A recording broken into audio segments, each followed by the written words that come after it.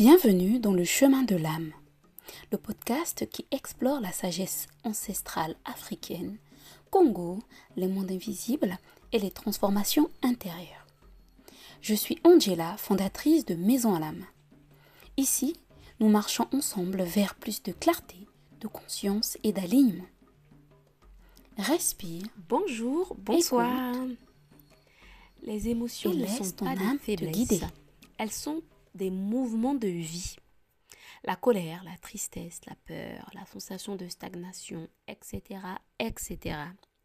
Beaucoup ont appris à les cacher, à les contrôler ou alors à les juger. J'allais dire consoler. Pourquoi est-ce que j'allais dire consoler? Je sais pas. Peut-être qu'il fallait que je dise ça. Anyway, à les contrôler, c'est plutôt ça que je voulais dire. Mais dans certaines traditions africaines, si ce n'est de ce que moi j'ai appris, dans les traditions Congo de mon éducation, les émotions ne sont pas vues comme des problèmes. Elles sont vues comme des messages du souffle vital. Vous voyez? Voilà, j'utilise des termes français pour se faciliter. Des signaux que quelque chose cherche à circuler. Et ça, c'est indispensable. Dans cet épisode, je t'invite à explorer une autre manière de comprendre tes émotions.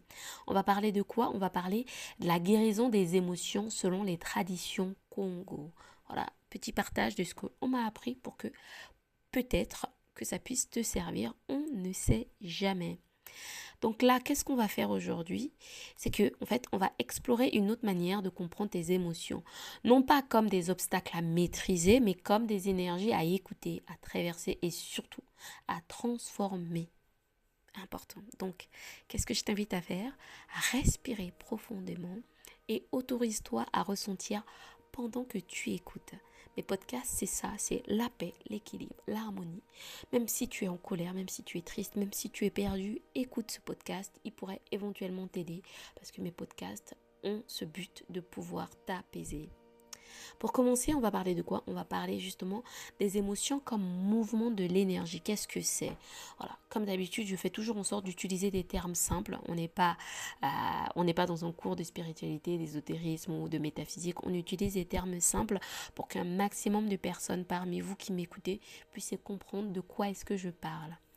Dans cette vision spirituelle, l'être humain est traversé par un souffle vivant. Et donc, quand ce souffle circule librement, l'être est en paix. Quand il se bloque, l'émotion apparaît. Donc, ça veut dire quoi ça? Tout ce que je viens de dire. On va simplifier les choses. Mais bon, c'est nécessaire quand même d'utiliser les termes qu'il faut pour que ce soit compris quand même par les personnes qui ont quand même un niveau de spiritualité un peu plus avancé.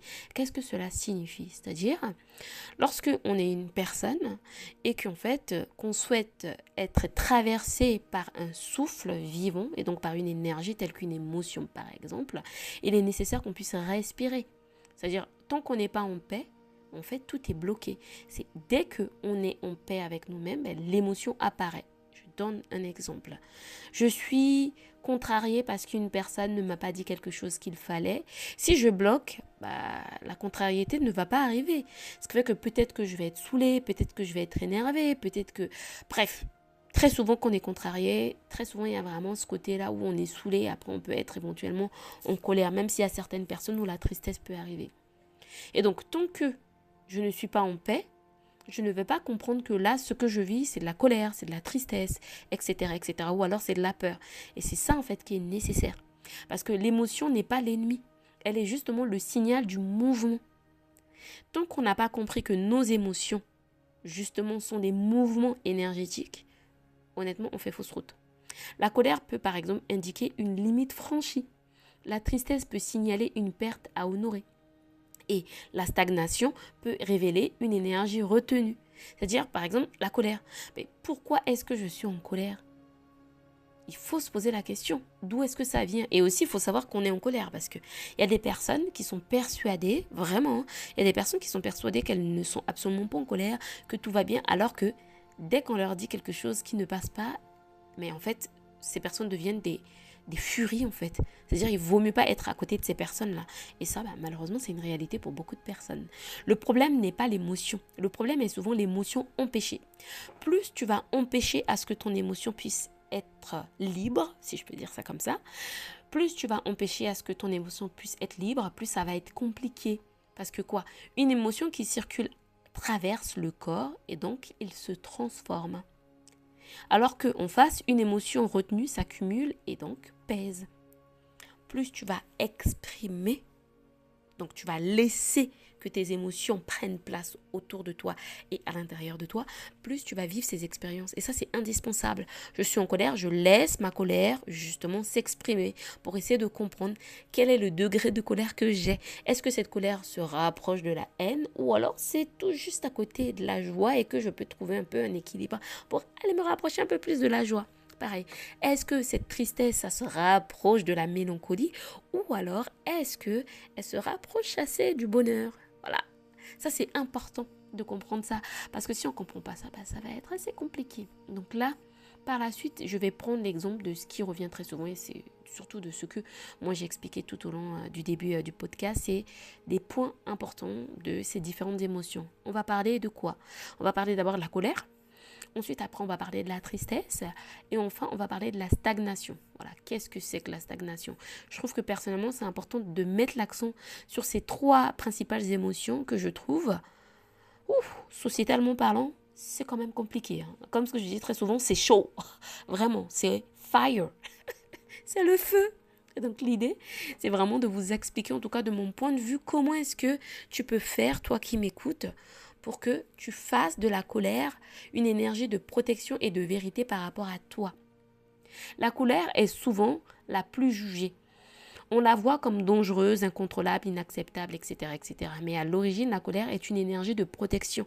Et ça, c'est important à comprendre ça. Beaucoup trop de personnes sont là, non, faut pas que je m'énerve, je dois rester. Mais en fait, exprime ta colère. Parce que tant que tu n'as pas exprimé ta colère, en fait, elle va rester là. Ce qui fait qu'il suffira qu'une personne puisse te dire juste un petit mot qui n'a parfois rien à voir avec ce qui t'a mis en colère à la base, mais en fait, tu vas péter les plombs. Elle apparaît quand quelque chose en toi dit « Ceci n'est pas juste pour moi ». Je ne suis pas en accord avec cette expérience, avec ce que tu dis, avec ce que tu fais. La colère saine éclaire une frontière. Elle rappelle une dignité, elle signale un désalignement. Ce qui fait souffrir, ce n'est pas la colère ressentie, c'est la colère étouffée ou alors la colère explosée sans conscience. Et ça, c'est compliqué. Pourquoi est-ce que c'est compliqué? Parce que derrière, on est tellement buté, on est tellement en fait têtu, nous humains, nous êtres humains, on est tellement têtus qu'on oublie très souvent cette réalité-là. Ce qui fait que guérir la colère, ce n'est pas la supprimer, c'est apprendre à l'écouter avant qu'elle ne devienne violence intérieure. C'est quoi une violence intérieure? C'est lorsque tout nous énerve à un point qu'on devient ce qu'on appelle haineux. On a tellement la haine en nous qu'on est capable de tout, mais tout gâcher. Et ça, il ne faut pas en arriver à là. Et ça, c'est indispensable. On en parlera au fur et à mesure du temps, au fur et à mesure des épisodes. On en parlera au fur et à mesure des épisodes, non. Au fur et à mesure de cet épisode. Voilà, c'est ça, je suis en train de préenregistrer. Moi, j'aime bien quand c'est nature, donc on garde comme ça. Certes, c'est préenregistré, mais moi, je trouve que quand c'est naturel, c'est mieux. Donc, on garde la suite. C'est-à-dire, j'ai des pratiques que je vais partager pour que ça puisse éventuellement aider les personnes qui écoutent ce podcast. Donc là, on a parlé de la colère. C'est quoi la conclusion? La conclusion, c'est quoi? Lorsque tu ressens une émotion qui est liée à la colère de près ou de loin, laisse-la s'exprimer. Je ne dis pas qu'il faut être mal poli, je ne dis pas qu'il faut être exécrable avec les autres, je ne dis pas qu'il faut être invivable, non. Je dis juste qu'il est nécessaire d'être honnête avec soi-même et d'exprimer sa colère de la meilleure des façons possibles, du mieux qu'on peut par rapport à qui on est et par rapport à ce qu'on est capable de supporter. Parce que si ce n'est pas juste pour toi, tu ne te tais pas. Tu dis clairement, tu dis tranquillement, écoute, là je suis en colère, je te parle plus tard. Tu n'es pas obligé d'être... C'est-à-dire haineux, colérique, que tu cries fort, Non, c'est pas nécessaire. Tu peux parler à une personne correctement. Là, je dis pas non plus d'exagérer sur les concepts de Montessori, etc. Non, c'est pas ça que je dis. Ce que je veux dire par là, c'est qu'en fait, parfois, on oublie, honnêtement, parfois on oublie cette réalité de la chose qui nous concerne par rapport à qui nous sommes. Tant que on n'a pas conscience de ce qui se passe à l'intérieur de nous-mêmes, on ne peut pas avoir conscience de ce qui se passe à l'extérieur. Parfois, il y a des gens qui sont tellement persuadés qu'ils se connaissent, qu'ils ont conscience de qui ils sont, mais dès qu'il leur arrive des petites problématiques qui ne sont pas si graves que ça, si je peux me permettre, en fait, ces personnes perdent pied. Et tout ça, pourquoi parfois c'est une colère qui est enfouie quelque part et qui ne veut pas ressortir. Et ça peut être aussi la tristesse. Et justement là, la suite, c'est la tristesse. Comment est-ce qu'on peut, par exemple, honorer ce qui a été perdu? La tristesse ralentit, elle demande le silence, elle demande l'intériorité et surtout, elle demande le respect du temps. C'est-à-dire, comment est-ce que je peux respecter ce temps de tristesse? En fait, ce qu'il faut comprendre, c'est que chez nous, en tout cas de ce que moi on m'a appris, la tristesse n'est pas une faiblesse, c'est un passage. Elle permet de reconnaître une perte. C'est-à-dire par exemple une relation, une version de soi-même, une attente, un moment de vie, une expérience donnée, le travail, etc., etc. Tu peux perdre par exemple ton travail, mais ça ne sert à rien que tu restes dans une tristesse tellement profonde que ça se transforme en mélancolie. C'est pas ça le but. Parce que quand la tristesse est accueillie, en fait, elle nettoie, elle libère et ensuite elle l'adoucit. Alors que quand elle est refusée, elle se transforme souvent en fatigue, en fermeture ou en dureté intérieure. Et c'est ça aussi qui parfois fait défaut avec notamment la colère. Il y a des personnes qui sont tristes, mais qu'on va associer leur tristesse à de la colère, alors que ces personnes ont juste décidé d'être beaucoup plus dures, beaucoup plus fermées. Et donc, c'est transposé comme si c'était de la colère, alors que non, c'est juste de la tristesse qui est en train d'aller vers la mélancolie. Parce que la mélancolie et la colère, c'est vraiment une limite assez proche, en tout cas, de mon expérience et ce que j'ai remarqué. Ce qui fait que si, par exemple, on a envie de pleurer, pleurer, ce n'est pas tomber. C'est justement laisser cette eau circuler. Moi, personnellement, j'ai déjà essayé ça. Honnêtement, quand je pleure, ça me fait du bien parce qu'après, je suis en mode good vibes. Pleurer, c'est important. Et si vous n'aimez pas pleurer, dans ce cas, dansez. Dansez. Dansez jusqu'au bout de la nuit, jusqu'au bout. Si vous commencez à danser à 10 heures, dansez pendant 2 heures, 3 heures, 4 heures. Dansez, dansez. Si vous ne voulez pas danser ou que vous ne savez pas danser, écoutez de la musique. Il n'y a même pas de discussion à faire. Écoutez de la musique. La musique, ça aide. Et surtout, écoutez des musiques qui ont des énergies hautes, qui ont des vibrations hautes. Ça, c'est indispensable. Je partage notamment des playlists dans le groupe WhatsApp à la même expérience. Donc, si tu veux nous rejoindre, rendez-vous dans la description pour pouvoir nous rejoindre. On parle ensuite de la stagnation. Et ça, c'est difficile parce que beaucoup de gens ont horreur, si ce n'est tout le monde a horreur de ça. Parce que c'est quand l'énergie attend un passage. C'est-à-dire, on a l'impression qu'il n'y a rien qui se passe dans notre vie, que tout est désordre absolu. Est désordre absolu, alors que derrière en fait il se passe des choses. C'est juste que notre énergie, notre intuition, les mondes invisibles, si on peut dire ça comme ça, attendent qu'un passage se présente. Mais si le passage ne se présente pas, mais qu'est-ce qui se passe? Parce que parfois l'émotion dominante n'est ni la colère ni la tristesse, mais c'est la stagnation. Une sensation d'être bloqué, de ne plus avancer, de tourner en rond intérieurement. La stagnation n'est pas toujours un manque d'action. Elle est souvent un manque de transformation intérieure. Et je l'ai expliqué dans le précédent épisode. Par exemple, si je décide de vouloir me libérer de mes kilos, si je ne fais pas le travail pour, mais en fait, il ne se passera rien. C'est-à-dire, ok, il y a le sport, mais il y a aussi l'alimentation, il y a aussi le bien-être, il y a le sommeil. Et en fait, il y a plein de facteurs. Il y a la santé mentale, il y a le stress, il y a l'anxiété, il se passe plein de choses. Si on passe notre temps à être tout le temps stressé, à ne pas prendre soin de nous, en plus à exercer un métier sédentaire et à manger comme du n'importe quoi, faut pas s'étonner aussi, ça je le rappelle. Il y a des personnes qui sont persuadées qu'elles mangent équilibré, mais derrière pas du tout. Parce que si tu n'écoutes pas les besoins de ton corps, ça va être compliqué. Par exemple, il y a des gens qui mangent 3 fois, 4 fois par jour, alors que parfois leur corps a besoin de manger que 1 ou 2 fois. On fait comment ? Comment on le sait? C'est la faim. Et ça, il faut réapprendre à avoir faim. Comprendre son corps. Moi, par exemple, je suis passée par plusieurs phases.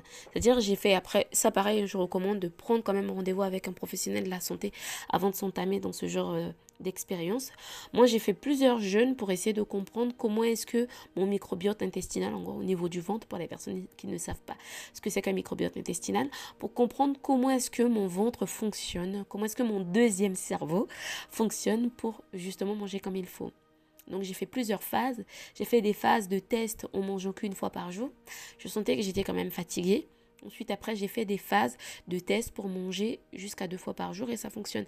Parfois, je peux avoir une petite faim, je vais prendre un fruit parce que je sens que là, mon corps est fatigué. Par exemple, là, aujourd'hui, l'heure où j'enregistre ce podcast, je suis plus fatiguée que d'habitude. Pourtant, aujourd'hui, j'ai fait mon sport habituel, j'ai été à la salle, j'ai fait ma séance habituelle de 1 heure, etc. Mais quand je suis rentrée, je me sentais pas bien, j'étais épuisée. J'arrivais pas à expliquer ce que je ressentais. Donc je me suis dit, écoute, ne commence pas à travailler tout de suite. Hop, j'ai fermé mon ordi, je me suis dit, tiens, je vais manger. J'ai mangé, après, j'ai vu que mon énergie était revenue. Et là, au moment où je parle, toi qui m'écoutes, je sens encore de la fatigue. Et donc, quand j'aurai fini d'enregistrer ça, j'irai manger quelque chose, un petit fruit ou quelque chose du genre pour reprendre un peu mon énergie. Parce qu'en fait, ce qu'il faut comprendre avec la stagnation, c'est quoi? C'est que c'est quelque chose qui demande à être vu, à être compris et donc à être relâché. Mais tant que cela n'est pas reconnu, l'énergie reste suspendue. Voilà, c'est comme ça. Et la stagnation, c'est vraiment frustrant, hein. Honnêtement, c'est pire que la tristesse, c'est pire que la colère. Parce qu'on ne sait pas. La stagnation, en fait, c'est un seuil. C'est pas une fesse, c'est un seuil. Et je pense qu'on est pratiquement tous déjà... on a pratiquement tous déjà vécu ce genre de situation. De sens où tu as l'impression qu'il n'y a rien qui bouge. Tu as l'impression que tout est stagne. Tout est stagnant. Bref, on s'est compris. C'est-à-dire tout est vraiment, en pause. Voilà. Tout est en pause. Et ça aussi, c'est une grande problématique. Quand tout est en pause, c'est assez compliqué de pouvoir gérer les choses. Et ça, c'est indispensable à prendre ça en considération. Parce que la stagnation indique qu'un passage est proche, mais qu'il demande encore de l'écoute. Et c'est à ce moment qu'on est c'est une image. Je pense que certains d'entre vous qui vont m'écouter, vous êtes peut-être déjà tombés dessus. C'est une image, c'est un monsieur qui creuse en fait. C'est une image qui présente juste cette partie-là de ce qu'il fait. Il creuse en fait dans un sous-sol, comme s'il cherchait un diamant. Il creuse. Et lorsqu'il est proche du diamant, en fait, il fait marche arrière. Alors que le diamant, il fallait juste creuser une dernière fois. Et on allait voir le diamant, c'est ça en fait la stagnation. C'est qu'on a beaucoup fait, on s'est donné à fond pendant un long moment et qu'après vient la période de stagnation. Et c'est à ce moment-là qu'il ne faut pas lâcher parce que c'est à ce moment qu'il faut continuer. Donc voilà. Alors, après avoir expliqué ces différentes formes que moi personnellement j'ai choisies en termes d'expérience par rapport à la guérison des émotions selon les traditions Congo, là, je vais te partager quelques pratiques, quelques exercices qui peuvent t'aider pour une guérison émotionnelle. La guérison émotionnelle ne demande pas forcément des méthodes compliquées. Avec moi, c'est ready to use, on fait simple. Elle commence parfois par 3 gestes simples, vraiment. Premièrement, c'est de nommer l'émotion. Deuxièmement, ressentir dans le corps. Et troisièmement, permettre le mouvement. Je vais expliquer ça un peu plus tard. Alors, premièrement, nommer l'émotion. C'est quoi? Dire intérieurement, je ressens de la colère, je ressens de la tristesse, je me sens bloqué. Parce qu'une fois qu'on a expliqué ça, c'est beaucoup plus clair. Ensuite, nommer, c'est déjà libérer une partie du corps. Parce qu'une fois que j'ai nommé, mon cerveau a compris. Mon cerveau comprend que, ok, là, je ressens de la colère. Là, je ressens de la tristesse. Et là, je me sens bloqué. Donc, qu'est-ce qui se passe après? Le fait, c'est de ressentir dans le corps. Où se situe cette émotion? Est-ce que cette émotion se situe au niveau de la poitrine, au niveau de la gorge, au niveau du ventre, au niveau des bras, au niveau des pieds? Bref, ça dépend de la partie de votre corps. Au niveau de la tête, au niveau des yeux, au niveau des tempes, au niveau de la bouche. Anyway, tout dépend de la zone que vous pensiez ressentir justement cette émotion. L'idée, c'est de respirer dans les différentes zones de votre corps pour avoir les réponses. Ça a l'air théorique ce que je dis, mais personnellement, pour moi, ça fonctionne et ça fonctionne aussi pour plusieurs personnes que j'accompagne, notamment par rapport à cet exercice. Ça fait partie notamment de l'exercice de la méditation que moi j'appelle contemplative. Ça permet de méditer et de contempler ce qui se passe à l'intérieur et à l'extérieur de ton corps. Ensuite, troisième point, c'est permettre le mouvement. Qu'est-ce qu'on fait? On peut écrire, on peut marcher, on peut parler, on peut respirer profondément et surtout, on peut danser et écouter de la musique. Indispensable. L'émotion a besoin de mouvement pour se transformer. Parce qu'une fois que tu as dansé, chanté, écrit, marché, parlé, respiré profondément, tu n'es pas obligé de faire tout ça. Tu peux choisir 1, 2 ou 3 parmi mes propositions. Tu vas justement trouver les réponses à tes questions. Parce que ça va te permettre de te rendre compte de ce qui se passe. Je donne un exemple. Par exemple, si moi je suis triste, je me dis, ok, je ressens de la tristesse. Et donc l'idée c'est de ressentir mon corps. Je me mets dans un endroit propice à cela. Minimum 10-20 minutes. Minimum, c'est l'idéal. Si vous ne pouvez pas plus, ok, mais minimum 10-20 minutes, c'est très bien. On se pose dans un endroit calme et l'idée c'est de trouver où est-ce que mon émotion se trouve. On va dire par exemple, ok, je ressens la tristesse au niveau de ma poitrine. Ok, je ressens la tristesse au niveau de ma poitrine. Je décide par exemple d'opter pour l'écriture. J'écris. intuitivement, qu'est-ce que je ressens au niveau de la poitrine. Je me dis, tiens, je préfère écouter de la musique. Hop, je choisis une musique qui a un rapport avec les émotions liées à la poitrine, le cœur, l'amour, les sentiments. Je mets la musique et je vois ce qui se passe. Parce qu'il faut que le corps comprenne ce qui se passe. Et ça, on a tendance à oublier ça. Chez nous, les Congos, en fait, si tu veux, toi qui m'écoutes, et ça, je l'ai dit à plusieurs reprises, il existe 3 formes de maladies. En tout cas, de ce que moi, on m'a appris, encore une fois, parce qu'il faut être très précis.